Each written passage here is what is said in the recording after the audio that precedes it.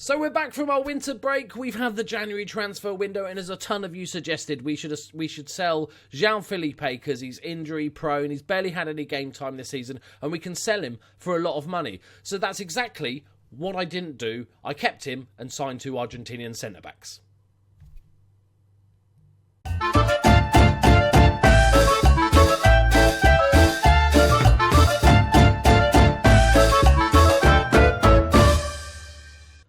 Greetings and salutations, my friends. Welcome to episode...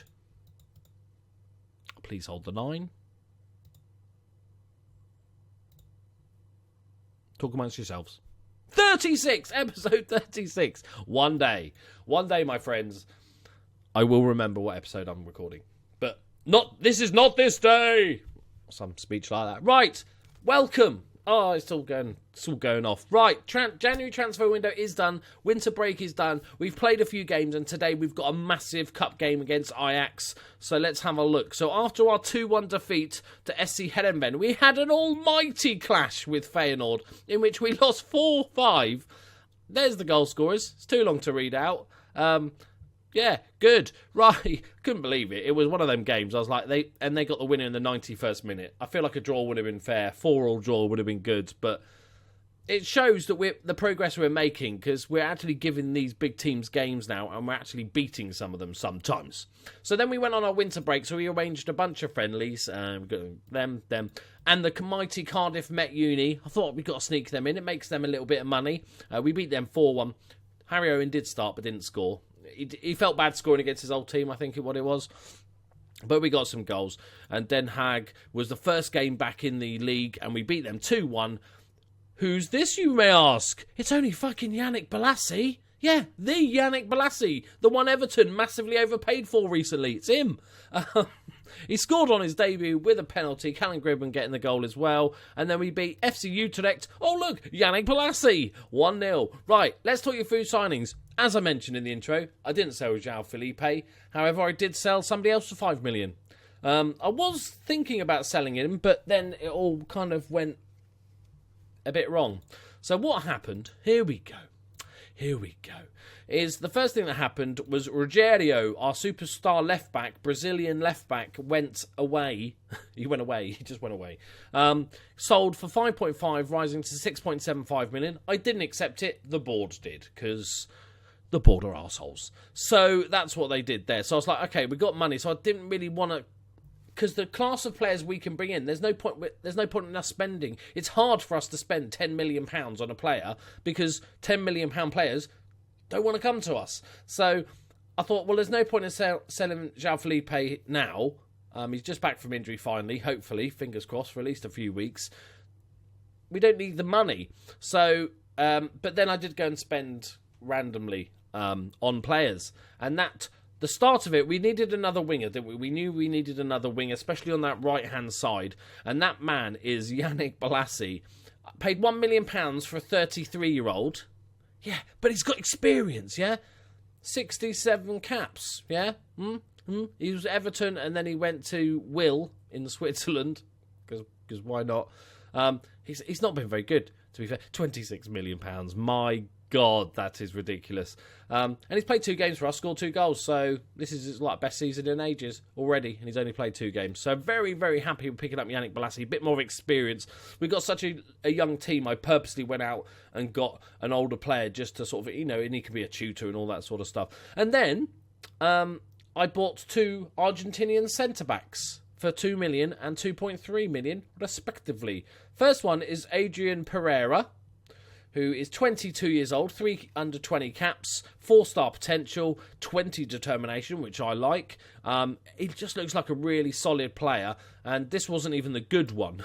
The other guy, Miguel Benavidez, from Inter Milan, 4.5-star potential, absolutely solid player. Is this guy, another 23-year-old, 9 under-20 caps, just a superstar. I kind of got him, and then I thought, it's quite cool for the storyline if I get two Argentinian. Like, they can come over together. They can be friends. They can share a house together in Venlo.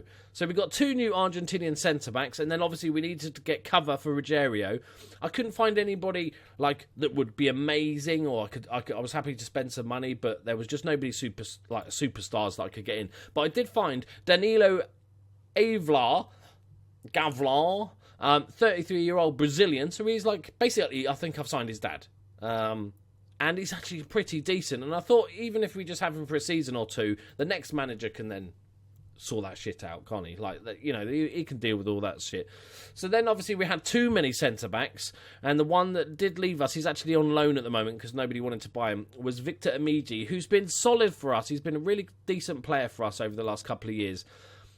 But I have worked my arse off trying to get him to improve his tackling, and it's been 10 forever, and 10 is not good enough, and obviously the determination is not really helping that, his work rate's not really helping that. He's got some sort of missing attributes, really, for a good centre-back, and it just wasn't improving, so we've loaned him out in the hope that either the new manager will sell him or bring him back into the team, and then we loaned out a couple of our players.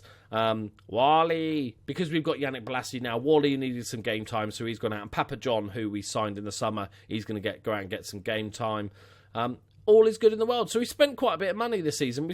To be fair, we've made profit, but this is the sort of most money we've really spent, and hopefully it improves our sort of centre-back pairings. I gave both the RGs a couple of games so far, and they both performed identically. It's like they're the same person at the moment, 7.1 each. And I think we've definitely improved the squad over the summer.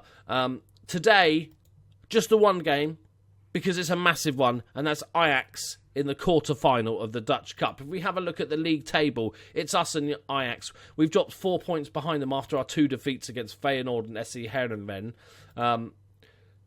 But we're still in with it. And we're going to retain the cup. That's the plan. I didn't notice this. Somebody pointed out in the comments. Thank you for that. Top scorer in the Dutch Cup. It's only fucking Harry Owen, isn't it? It's only bloody Harry Owen. I'm not playing him today, before you ask. Right, so let's get straight into it. So we go Dan Dickinson, goalkeeper. Daryl Janmat, right back. He's injured. Our new left back's injured. Great. That's fantastic news. So Kevin Doherty, the Irish man, can come in. A left back. We are going to bring in Pontus Janssen. Pontus Janssen also is unhappy because I blocked a transfer. So somebody offered $500,000. I was like, no. And he was like, so I slapped him and left him locked in a garage somewhere. So he's not going to play today. I would have otherwise. What do we do with the central midfield? I quite like this John O'Brien. He's done really well when he's come in. So he can play our box-to-box. Yannick Bolasie on the right. Callum Gribben behind the striker, Sandy Willie on the left, and Picasso up front. It picks itself, really, doesn't it? We'll put Leslie Dessart. Wally, you can go into the reserves because you're out on loan. Savalainen's deaded, so we'll get him. Right, see, Jean-Philippe's back from injury now, so I'm hoping that he will play and not get injured. So we'll give him some game time, but we can't drop Yannick Bolasie. He's got 2 so far, so, can't say fairer than that. Right, here we go. Let's hope they've got some injuries, because they are probably quite a bit favourites. Okay, what have you got for me, Press? What are you going to say? What are you saying, Press? Press? Hello? Hello, Press? Press? Okay, there we go. Ajax are favourites. Their key man is Nikola Milenkovic, who is their centre-back. Decent, solid physicals. 25 years old. Decent. Ours is Callum Gribben. Of course it is. I believe Ajax... Yeah, okay. So, they're basically favourites, but that doesn't matter. With rumours circulating, the VVV are to invest in considerable improvements to the uses... Oh, that's another bit. Thank you, Henny... What the fucking name is that? Schapendonk. Henny Schapendonk, thank you very much for reminding me. Yeah, we've got the youth facilities upgraded again. It cost £2 million. We are setting this team up for the future. If the next manager fucks it up, I'm going to murder them. Right, I've got a gradation relationship. Injuries. Yep. Okay. Oh, no, they've got Kennedy! Right. Tell the team, pick up where you left off. Go. Right, come on, boys. Come on. Much like in last video, I recorded before the Swansea game, and I said I wouldn't be surprised if it was anything. And then, yeah, we lost 3-2, so that kind of proves my point. Fucking Liverpool, man. Fucking Liverpool. Oh, a match of the day. Oh, I'm getting really irritated. I don't know if it's just because I'm getting old, but I'm getting really, really irritated with pundits and stuff like this. Oh, like Alan Shearer on Match of the Day was going, oh, Liverpool, the problem is against the smaller teams is they just don't have the mentality. You know, they get a bit overconfident or just lazy or stuff like this. And I'm like, that's not it. That's not it at all, Alan Sugar. That's not it at all, Alan Sugar on Match of the Day. The reason why Liverpool can't struggle against these smaller teams is we find it hard when a team is mass defending to break them down. Simple as that. It's not that we're sitting there going, oh, well, this will be easy, lads. Just kick it around. We'll get the goals. It's nothing to do with that. Alan Shearer's just a massive bellend. Great footballer. Massive bellend. Yeah, it's just that Liverpool need to find a way of breaking these teams down. Like, the as my nephew calls it, the Jurgen press only works against teams that want the ball. When you're a defensive team that are happy just to sit back and defend, and we've got the ball, it's like, oh no, we can't press because we have it. Go on, Picasso. Good turn. Oh, that's a great save. So yeah, Liverpool just need a way to break down those the smaller, sort of more defensive teams. Because our record against the top six is amazing. Like, I'm really looking forward to. I look forward to the bigger teams because I think we might actually beat them. It's lucky I'm waffling on because there's fuck all going on in the game. 30 minutes gone. 50% possession each. And it looks like half time. It's a nervy encounter. Okay, our more defensive midfielder is yellow carded, so we'll get rid of Steegmans. It's still ours for the taking. Let's have a little bit of. You weren't that bad, but you know you've got what it takes. I've got faith. Right. Oh, I've also, as part of our 10,000 subscriber special, I'm actually doing the first bit of merchandise. I've talked about it before. The first bit of merchandise ever on the channel. So thank you very much to everyone that voted on what they'd like to see. And it's going to be a mug. I'll show you the picture. It'll be up there somewhere. I'll put it up there. It's designed, and I've got it all sorted. All I need now is like 700 subscribers. So if you know 700 people, let them know. It'd be easier that way. Oh, go on, Picasso. Oh, that you just gave it back to him.